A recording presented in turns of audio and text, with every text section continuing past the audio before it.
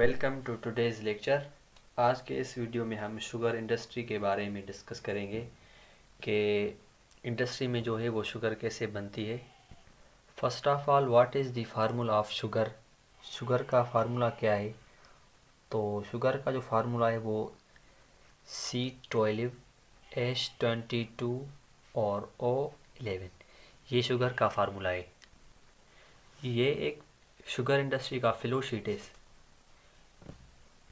अब चलते हैं, स्टार्ट करते हैं। First of all, agricultural area से हम शुगर केन को ले आते हैं ट्रक के ज़रिए, ट्रैक्टर्स के ज़रिए। उसके बाद जो है हम उसको इस कटर में ले आते हैं। इसका क्या काम होता है? तो जो शुगर केन होता है वो उसको शॉर्ट शॉर्ट पीसेस में कट करना, इसका ये काम होता है। कट होने के बाद शुगर केन की जो है वो वॉशिंग होती है। उस वॉशिंग के बाद हम रोल्स में, ये एक रोल्स होते हैं, 1 2 3 4 रोल्स लगे हुए होते हैं। अब रोल्स का क्या काम होता है? तो रोल्स का ये काम होता है कि जो शॉर्ट पीसेस में हमने शुगर केन को कट किया, उसको उससे जूस को एक्सट्रैक्ट करना, मतलब कि अलहदा करना। उसके बाद जो है हम जूस को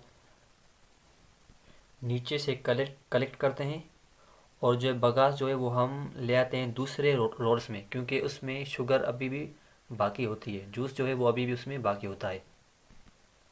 इसका भी जूस जो है हम नीचे से उसको कलेक्ट करते हैं, और जो है बगास फिर हम तीसरे रोल्स में ले आते हैं। अब जब तीसरे रोल्स में ले आते हैं तो उसमें जो है वो शुगर जो होती है, मतलब कि जूस जो होता है वो कम मिकदार में होता है, तो उसमें हम H2O ऐड करते हैं। वाटर ऐड करने से क्या होगा? तो जो जूस होगा वो अच्छे तरीके से एक्सट्रैक्ट हो जाएगा। फिर हम बगास को फिर ले आते हैं चौथे रोल्स में, इसमें भी हम वाटर को ऐड करते हैं। अब ये जो तीसरे और चौथे रोल्स में हमें जूस मिला, उसको हम कहते हैं वीक जूस। फिर जब तीसरे रोल का जो जूस हमें मिलेगा, उसको नीचे से हम कलेक्ट करके उसको फिर रिसाइकिल करेंगे, जाके पहले रोल्स डालेंगे। फिर चौथे रोल्स का जूस जो है वो हम दूसरे रोल्स में डालेंगे। इससे क्या होगा? जो जूस हमें मिलेगा वो हमें स्ट्रॉन्ग जूस मिलेगा। अब जो या उसको हम ले आते हैं वेसल में। अब ज़ाहिर बात है, जो हम जूस ले आए वेसल में, उसमें कुछ इम्प्योरिटीज़ भी होगी, उसका कलर भी वो होगा, वो ब्लैक होगा। तो इन इम्प्योरिटीज़ को रिमूव करने के लिए हम उसको ले आते हैं वेसल में। वेसल में एक लगा हुआ होता है एजिटेटर, ये एक एजिटेटर है। इसको जब हम स्टार्ट करते हैं तो ये मूव होना शुरू होता है, और इसमें हम लाइम और CaHPO4 हम इसमें ऐड करते हैं। इनका ये काम होता है कि ये जो है जूस का कलर जो है वो वाइट कर देते हैं, और जो जूस में जाग वगैरह होगी वो भी रिमूव करते हैं।